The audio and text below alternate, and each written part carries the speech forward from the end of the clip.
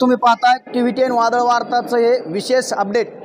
बीड जिल्हा हा ऊसतोड मजुरांचा जिल्हा आहे, संपूर्ण महाराष्ट्राला माहिती आहे। मात्र त्या ऊसतोड मजुरांच्या ती जी सत्र आहे, ती जी एक टीम आहे, ऊसतोड मजूर, वाहतूकदार आणि ठेकेदार आणि कारखानदार, म्हणजे ती 4 महिन्यापूर्वी जो महाराष्ट्रामध्ये जो लवाद 3 वर्षानंतर होत असतो, त्या लवादामध्ये ऊसतोड मजुरांना 34% दरवाढ ही संघटनेच्या मार्फत आदरणीय भाजपचे नेते पंकजाताई मुंडे, शरदचंद्रजी पवार साहेब यांच्या लवादामध्ये जी मीटिंग झाली होती, ज्या लवादामध्ये जी 34% वाढ झाली होती, ती 34% वाढ ही पश्चिम महाराष्ट्रासह जे महाराष्ट्रात कारखानदार आहेत त्यांना दिलेली आहे। मात्र कर्नाटकमध्ये जवळपास 40% मजूर हे बीड जिल्ह्यातून आपल्या पोटाची पोळी भरण्यासाठी महाराष्ट्रासह पश्चिम महाराष्ट्रात त्या कर्नाटकमध्ये 50% ऊसतोड मजूर या ठिकाणी स्थलांतरित करत असतात। मात्र जवळपास त्या कारखानदारांनी जे कर्नाटकातील कारखानदार आहेत त्यांनी कुठल्याही प्रकारे 34% जे दरवाढ आहे ती ऊसतोड मजूर मुकादमांना दिलेली नाही। मात्र ती 34% जी दरवाढ आहे ती ऊसतोड मजुरांच्या मुकादमांना लेबरपर्यंत पोहोचलेली आहे, असं त्यांच्याकडून आपल्याला कालच्या बाईटमध्ये सांगण्यात आलं होतं, त्यांच्याकडून ते आपल्याला कळलं होतं। मात्र काय विशेष आहे किंवा मग काय त्यांची आज या ठिकाणी चर्चासत्र व बैठक या ठिकाणी संपन्न झालेली आहे।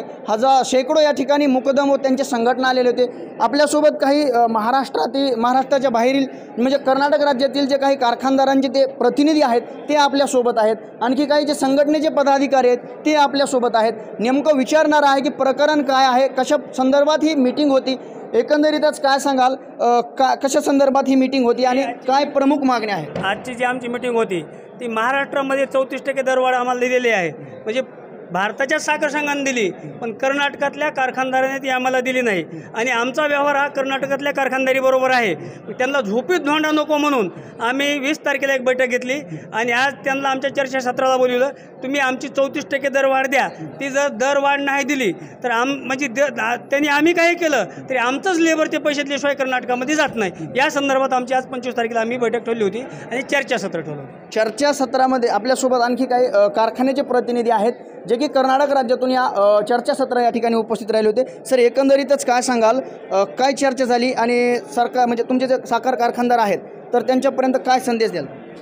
नाही, सगळ्या साखर कारखान्याने आता मुकादमचं मागणी आहे की दरवाढ 34% दरवाढ झालेलं द्यायची मागणी आहे। अजून कर्नाटकमध्ये काही कारखान्यावाले दिलेले आहेत, परंतु महाराष्ट्रामध्ये सगळी कारखाने दिलेले आहेत। ते सगळी मुकादमची मागणी तेच आहे की तुम्ही पण ताबडतोबीनं मॅनेजमेंटबरोबर चर्चा करून द्या म्हणून आम्ही पण त्यांना आता हे करून सांगितले की मॅनेजमेंटला आणि MD साहेबांना चर्चा करून ते त्यांची मागणी मॅनेजमेंटला पोच करतो।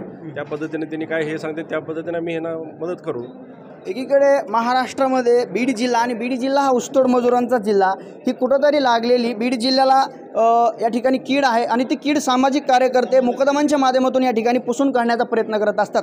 मात्र या ठिकाणी आपल्यासोबत आणखी काही संघटनेचे या ठिकाणी पदाधिकारी आहेत, काय सांगाल एकंदरीतच काय प्रमुख मागण्या आहेत?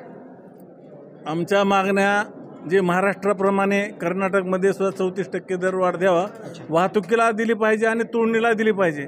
आता महाराष्ट्रात पूर्ण कारखान्यांनी दिलेली आहे आता वाहतूक आणि तोडणी दरवाढ सगळं बिलं दिलेले आहेत। त्याचप्रमाणे कर्नाटकच्या लोकांनी द्यावा। आतापर्यंत महाराष्ट्राच्या अगोदर कर्नाटक दरवाढ देत होतं, परंतु यावर्षी त्यांनी टाळाटाळ करण्यास सुरुवात केली, तरी आम्ही ती टाळाटाळ होऊ देणार नाही। बरं, आणखी पदाधिकारी आहेत, मुकदम आहेत, त्यांना एक प्रश्न विचारणार आहे, जे सर्वसामान्य ऊसतोड मजूर आहेत त्यांच्यापर्यंत वाढ पोहोचलेली आहे का? हो, मुकदमाने सर्वसामान्य ऊसतोड मजुराला जी महाराष्ट्रातली दरवाढ आहे त्याप्रमाणे दरवाढ पोहोचून दिलेली। याच्यामध्ये आता वाहतूकदारांनी मुकदमाच अडकलेला आहे, कारखान्याने मुकदमाला दिलेली नाही, परंतु मुकदमाने मजुराला दिलेली, मजुराला भेटलेली।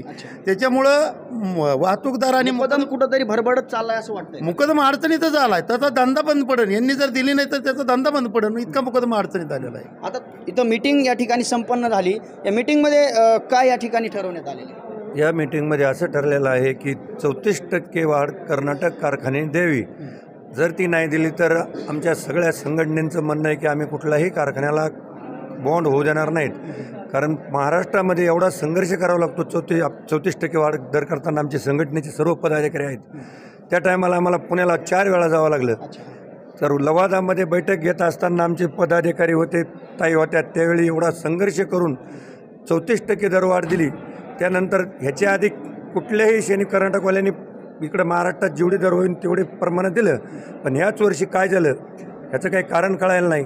कारखानदारी तर अडचणीत आहे का नाही त्यांना माहिती. बरं, जे लवाद झाला होता त्या लवादामध्ये शरदचंद्रजी पवार साहेब, पंकजाताई मुंडे आणि ज्या ऊसतोड मजूर संघटनेच्या ज्या 8 संघटना आहेत, तर हा जो विषय आहे तो कर्नाटक राज्यातील जे कारखानदार आहेत ही वाढ या ठिकाणी 34% देत नाहीत. हे तुम्ही पंकजाताई मुंडे किंवा मग शरदचंद्रजी पवार साहेब यांच्या कानावर ही गोष्ट घातलेली आहे? आणखीन घातलेली नाही, पण आता आम्ही काय करणार आहोत, साखर आयुक्ताला एक निवेदन देणार आहोत आणि भारताच्या साखर संघाच्या अध्यक्षाला एक निवेदन देणार आहोत आणि लवादाला तर आम्ही म्हणजे ताईला ते निवेदन देणार आहोत. परंतु हे जर त्यांनी लवकर नाही केलं तर आम्ही साखर आयुक्तालयावर महाराष्ट्रातील जे मेन मुकदमाने आमच्या 8 संघटना आहेत त्यापैकी आम्ही ते उपोषणाला बसणार आहोत. पण त्याहीपेक्षा अगोदर आम्ही ह्यांच्याकडून घेणारच आहोत. ह्यांनी नाही दिलं तर आमचं जे लेबर आहे ते आम्ही कर्नाटकातल्या कारखानदारीच्या दरवाजेत नेऊन उपोषण बसून त्यांच्याकडून घेणार.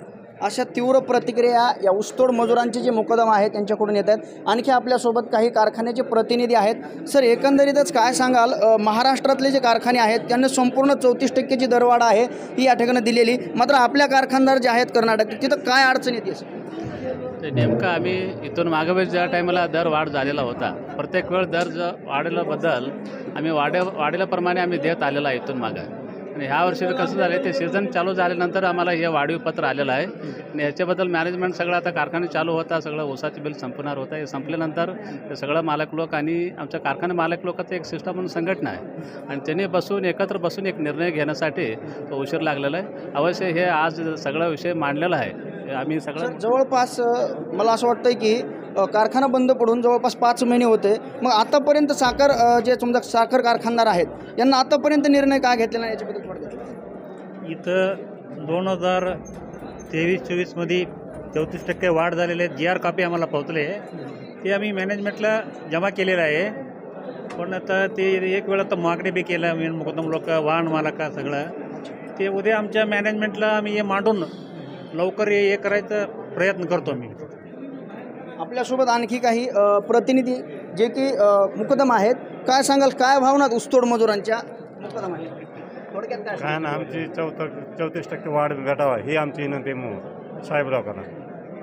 जर या ठिकाणी कारखान्याचे प्रतिनिधी या ठिकाणी आहेत आणि प्रतिनिधी या ठिकाणी आहेत, पदाधिकारी संघटनेचे या ठिकाणी आहेत, जर 34% दरवाढ जर ही या ठिकाणी नाही मिळाली तर एकंदरीतच काय सांगाल? 34% जर दरवाढ नाही मिळाली तर नंतर समोर काय आंदोलन असणार आहे किंवा मग काय पुढची दिशा असणार? 34% दरवाढ नाही दिली तर आमच्या सगळ्या संघटनेचं म्हणणं आहे आम्ही कुठल्याही कारखान्याला करार होऊ देणार नाहीत. 34% दरवाढ घेणारच, कुठल्याही परिस्थितीमध्ये घेणार. ह्या आठवड्यामध्येच त्यांना मान्य करावं लागेल, कारण ह्याच्यावर बरेचसे मुकदमा आणि ऊसतोड मजूर सगळे सज्ज झालेले आहेत. आता कुठल्याही क्षणी आंदोलनात तयार आहेत. यामुळे 34% दरवाढ घेणार म्हणजे घेणार असं ऊसतोड संघटनेच्या सगळ्या संघटनेचं मुकदमाचं म्हणणं आहे. आणखी एक प्रश्न विचारतोय, जी 34% जी दरवाढ आहे ती सर्वसामान्य जो ऊसतोड मजूर असतो नवरा बायको, तर याचा 34% वाढीचा कसा फायदा होतो किंवा मग आता जर 34% वाढ नाही दिली तर त्याचा कसा तोटा होईल? 34% दरवाढ म्हणजे 100 रुपयाला 34 रुपये मिळले जाते. मग त्या मजुराची जर 100 रुपये कमाई होत असेल तर त्याला 134 रुपये कमाई होईल, असा त्या मजुराचा फायदा आहे. आणि जर ती नाही झाली तर त्याला 100च मिळणार आहे. सीझनामागे म्हणजे 3 महिन्याचं ते असतं, त्याच्यामध्ये 3 महिन्यामध्ये कमीत कमी एक मजूर 50,000 रुपयाचा तोटा होणार आहे त्याचा, एका नवरा बायकोचा. बैलगाडी जोडी असेल तर तो 60,000 70,000पर्यंत तोटा होणार आहे त्याचा. एवढी मोठी त्याची नुकसान होणार आहे. आणि म्हणून ही आम्ही महाराष्ट्र शासनाबरोबर बांधून ही मजुरी परवडत नव्हती म्हणून मजुरी वाढवून घेतली आणि ती कर्नाटकाने दिली नाही. जर कर्नाटकाने ही मजुरी 8 दिवसात दिली नाही तर कर्नाटकमधला कुठलाही कारखाना महाराष्ट्रामध्ये त्यांचा करार आम्ही होऊ देणार नाही आणि त्यांचा करार करणार नाही तर होऊ बी देणार नाही. अशा तीव्र प्रतिक्रिया या ठिकाणी आपल्याला उमटताना दिसत आहेत. आपल्यासोबत आणखी काही बीड जिल्हा या ठिकाणी जे ऊसतोड मजूर आहेत त्यांचं प्रतिनिधित्व करणारे आपल्यासोबत काही कार्यकर्ते. एकंदरीतच काय सांगाल, काय आहेत मुकदम संघटनेच्या व ऊसतोड मजुरांच्या वतीनं काय भावना एकंदरीत करा? नाही, ऊसतोड मजुरांच्या वतीने एकच भावना आहे की एकतर 366 रुपयांमध्ये ऊसतोडणी परवडत नाही. नियमानं जर विचार केला इथून कर्नाटकमध्ये जाऊन महाराष्ट्र सरकारनं अग्रीमेंट करता आम्हाला पहिली बोली केली, आम्ही तुम्हाला भाव वाढवून देतो, तुम्ही कर्नाटक राज्यामध्ये ऊसतोडा द्यायचं नाही. हे पहिलं त्यांचं अग्रीमेंट आहे, कोणाचं? महाराष्ट्र सरकारचं. तरी पण डावलून आम्ही कर्नाटक राज्यामध्ये जातो. हां, आणि कर्नाटक झाल्याच्या नंतर हे कर्नाटक राज्यामध्ये जर आम्हाला त्रास होत असेल भाववाढ देण्यासाठी यासाठी आम्ही आतापर्यंतच्या भरोश्यावर संप असला तरी आमचे लोक अंधारातून मुकाट्या वाहनं घेऊन गेलेत कारखान्याला. आता आम्ही प्रेमानं सगळे साहेब लोक कारखान्याचे अधिकारी लोक बोललेत एवढेच प्रेमानं वापस जाऊ देणार आहेत. याच्यानंतर जर भाववाढ नाही मिळाली एकही अधिकारी महाराष्ट्रातून वापस जाणार नाही. ह्याची कर्नाटक राज्याने दखल घ्यावा. अशा या ठिकाणी तीव्र प्रतिक्रिया, या ऊसतोड मजुरांच्या प्रतिक्रिया, ऊसतोड मजुरांच्या मुकादमांच्या प्रतिक्रिया या ठिकाणी उमटताना दिसत आहेत. वेळोवेळी तुम्हाला मी असे अपडेट देणार आहे. बीड जिल्हा हा ऊसतोड मजुरांचा जिल्हा आहे. कुठंतरी ऊसतोड मजुरांचे जे त्यांच्या कष्टाला योग्य मोबदला असतो तो या ठिकाणी कर्नाटक राज्यातून मिळताना दिसत नाही आहे. वेळोवेळी तुम्हाला अपडेट देणार आहे. तुर्तास या ठिकाणी थांबतोय. कॅमेरा पर्सन चंदन चांदणेसह मी बाप्पासाहेब भांगे, TV10 वादळ वार्तासाठी धारूर.